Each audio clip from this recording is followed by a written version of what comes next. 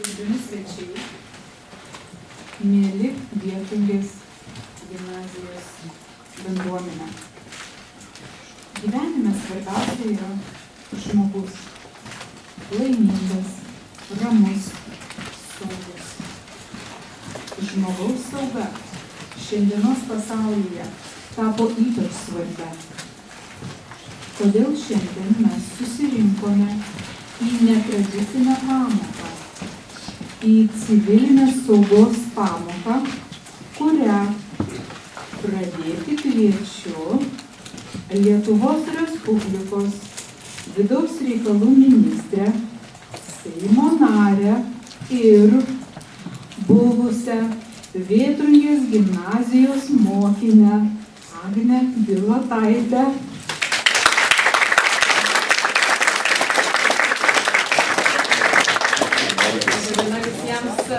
Toks jausmas, įėjau šitą aktų salę ir niekas nepasikeitė. Toks jausmas kaip ir prieš 24 metus. Tai taip, aš čia mokiausi ir turiu labai gerų prisiminimų, gerų emocijų. Aš tikiuosi, kad jūs taip pat čia gerai jaučiatės.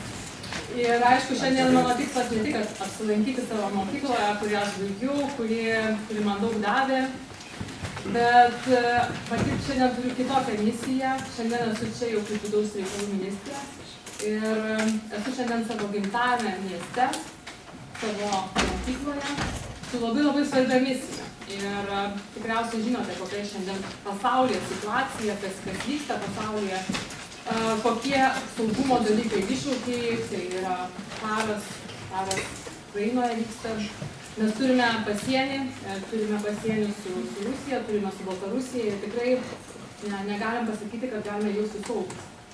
Šiandien mano misija yra, matyt, tokia, kad aš noriu pasikalbėti su komanda apie saugumo dalykus, ką mes turime padaryti, kiekvienas, ką turime žinoti, kad būtume labiau saugus. Nes žinoma, valstybėje yra tam tikros tarnybos, yra institucijos, yra žmonės, yra galbūt kažkokios tai sistemos, bet labai svarbu, ką mes kiekvienas žinom, ką reikėtų daryti, nutikus vienam ir kitam atveju, vienai ar kitai sudėtingai situacijai.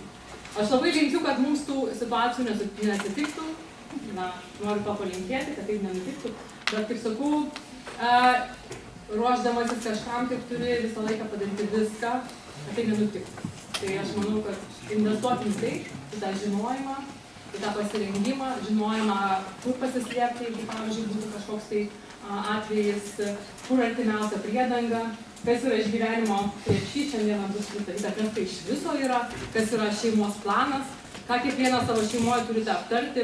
Nežinau, ar esat kalbėję su savo šeimos nariais apie saugumą, apie tai, ką reikia žinoti, kur susitiktumėte esant kažkokiai situacijai. Tai aš labai tikiuosi, kad šiandien bus jums tai naudinga. Ir kad jūs ne tik patys daugiau sužinosit, bet pasikalbėsit savo namuose, paklausit savo tėvų, savo senelių, savo draugų, ar jie žino tos dalykus, ką darytumėt, jeigu atsitiktų kažkas tai.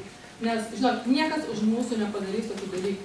Čia labai daug priklauso nuo mūsų. Ir aš labai tikiuosi, kad jūs tai padarysite, girdėsite. Tai šiandien ta informacija, kurią pristatys mūsų pareigūnai, bus labai vertinga ir naudinga. Ir šiandien yra toks Klaipėdos startas šitos pamokos. Šiandien mes pradedam, kai mes paklausė, nuo ko pradėsim, sakiau, žinoma, tai nuo mano mokyklos, kurioje aš mokiausi.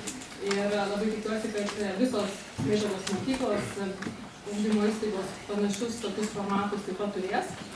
Ir tai bus labai naudinga, nes tikrai Lietuvoje nepakanka to, kiek žmonės žino. Žmonės per mažai žino, per blogai yra pasiruošę, per mažai pasiruošę. Tai labai linkiu mums patiems tiesiog žinoti daugiau ir padaryti viską, kad būtumėm saugesniai. Ir turiu klausimą apie mokyklą, vis tik tai labai smalsu. Kaip jaučiatės mokykloje? Patinka jums šitą mokyklą? Ar tai tokia pat gera, kaip ir kai aš mokiausi? Patinka mokytojai puikus? Puikus mokytojai. Aš prisimenu, kad kaip startavome, tai dar nebuvo gimnazija. Aš kai pradėjau mokytis čia, mes buvom antroji laida, kuri, dirbo, kaip čia pradėjo mokytis tame gimnazijos statuse, mums reikėjo labai daug ruoštis ir ten visokių ten dalykų buvo metodinių ir taip toliau, kad mes gautumėm gimnazijos statusą. Tai aš šiek tiek jaučiuosi prisidėjusi, kad mokykla šiandieną yra šitame statuse, kad tai yra gimnazija ir noriu visiems palinkėti, kalbant apie svajonės, turėti svajonių, turėti tikslų. Na, žinot, matot, galima ir iš miesto Klaipėdą padaryti karjerą ir politinę ir kitokią. Noriu palinkėti jums turėti savo kelius, savo tikslus, ar tai būtų verslas, ar tai būtų visuomeninė veikla, ar tai būtų politinė veikla. Tiesiog, na, drąsiai imti pirmiausia mokykloje visą tai, ką yra įmanoma gauti, iš mokytojų, iš draugų, iš aplinkos, augti ir tada turėti savo svajonės ir niekada nebijoti ir niekada nesakyti, kad yra neįmanoma. Kažkas neįmanoma, kažkas nepavyks, viskas yra gyvenime įmanoma. Jeigu gyvenime turite kažkokias tai galimybės, turite jomis pasinaudoti, nebijoti ir išdrįsti. Tai jums to linkiu, drąsiai gyvenimą, imkite iš gyvenimo, mokykitės ir turėkite svajonių ir jūs siekite. Ir būkite saugus. Svarbiausia, saugus jūs patys. Šiandien galbūt yra kita dar tokia proga pakalbėti apie saugumą. Girdėjote, kas vyko pastaruoju metu Kaune. Ir manau, kad tai yra taip pat proga pasikalbėti ir apie tuos dalykus, apie saugumą. Atkreipti dėmesį, galbūt ne šiandienos mūsų paskaitos tema, bet galbūt kitas formatas bus.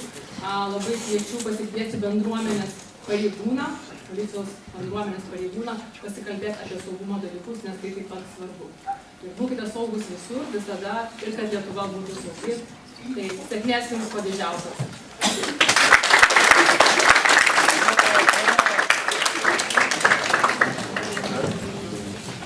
Tai dėkojame ministrei už žodį.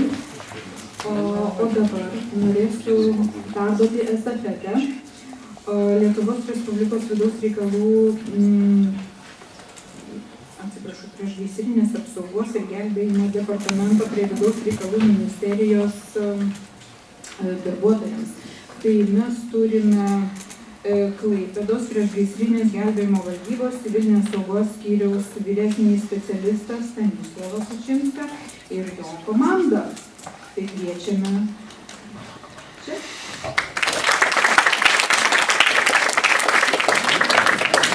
Valdysime informaciją, kas įvyko. Kad taip būtų, mes turime žinoti, pasitikrinti, ar mūsų telefonai yra aktyvuoti, ar mus galės laiku įspėti, ar ne, tai sirenos.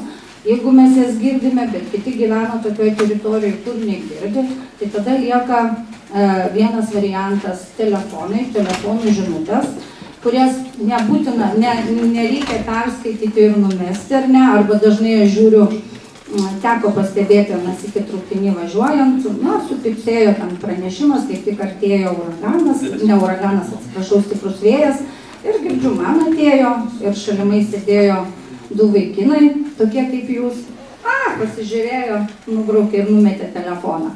Vėjai, atėjo vėjai. Tai iš tikrųjų reikėtų reaguoti į tas žinutes, reaguoti į rekomendacijas, kad nebūtų paskui kaltinimų, kad kažkaip tai pasielgėte ne taip, ar kažkokios informacijos negavote. Tai labai yra svarbu, kad jūsų telefonai, kad telefono žinutėmis būtumėt pasiekiami ir tikrai tas informaciją gausite. Antras žingsnis, tai žinoti reikia, kur slėptis, ar ne? Šitoj svetainėje, kurią jūs visi žinote, lt72.lt, yra žemėlapis interaktyvus, kuriame jūs galite rasti artimiausią savo namų esančią priedangą, artimiausią kolektyvinės apsaugos statinį, galų gale, kur jūs bebūtumėt, ar jūs būtumėt Kaune, ar būtumėt kokiuose Molėtuose, ar išgirstumėt štai tokį kažkokį gautumėt pranešimą, ar ne, kad įvyko avarija ir kad reikia greitai slėptis. Jūs galite greitai įlįsti į tą puslapį, pasižiūrėti, kur yra artimiausia priedanga ir joje pasislėpti. Kitas dalykas, reikia žinoti, apmąstyti, kas jums padės. Tai šeimoje jūs turėtumėte apsitarti, ar turite kažkokį kontaktinį asmenį, geriausia, aišku, būtų kaime, už miesto, kur galėtumėte visi susitikti, galų galiai išgyventi tam tikrą periodą, kada vyksta kažkokia kritinė situacija ar ne jūsų gyvenamojoj teritorijoje. To asmens telefoną, kontaktus, gyvenamą vietą turite visi žinoti ir turite būti tai apsitarę iš anksto. Sekantis žingsnis - žinoti savo komandą. Tai kas tą komandą sudaro? Ar tai sudaro tik jūsų šeimos nariai? Ar tai sudaro ir jūsų seneliai, ir galbūt kaimynai, galbūt draugai, galbūt pusbrolis su pusseserė. Tai yra, kas tą komandą sudaro ir visi turite turėti vieną veiksmų planą. Kur susitinkate, kas už ką atsakingas, kas atsakingas už krepšį, kas atsakingas už mašiną, kas atsakingas už informacijos tiekimą ir reagavimą. Ir tai yra labai svarbu. Šeimos planas, iš ankstiniai aptarimai veiksmų, kurie galimi ekstremalios situacijos metu, tikrai labai padeda išlaikyti ir rimtį, ir galų gale atlikti tos logiškus veiksmus ir sutaupyti laiko, kuris ekstremalios situacijos metu yra be galo vertingas ir jį reikia taupyti. Ne? Ir paskutinis žingsnis - tai turėti atsargų. Atsargų tai mes kalbame apie išvykimo krepšį, išvykimo dėžė, išgyvenimo dėžė. Nesvarbu, kaip jūs jį pavadinsite, svarbu, kad tai būtų daiktai patys būtiniausi, būtent išgyvenimai, ar ne? Tai turėtų būti pagrindiniai daiktai, tai šilumos šaltinis, ar ne? Nes be šilumos žmogus turbūt greitai sušaltų, jeigu tai būtų žiema, ar ne, ir maistas, ir vanduo nepadėtų. Kad būtų energijos šaltinis, tai maistas, vanduo. Kalbant apie maistą, jūs prieisite, mes pakalbėsime, koks tai turėtų būti maistas, ar ne? Kad tai būtų šviesos šaltinis, kad būtų dokumentai, kad būtų kažkiek tai pinigėlių įdėta. Žodžiu, vaistai, ar ne, kurie yra būtini, jeigu įvyktų kažkokia nelaimė, bintas. Tokie patys svarbiausi dalykai, fundamentalūs, kurie reikalingi išgyvenimui.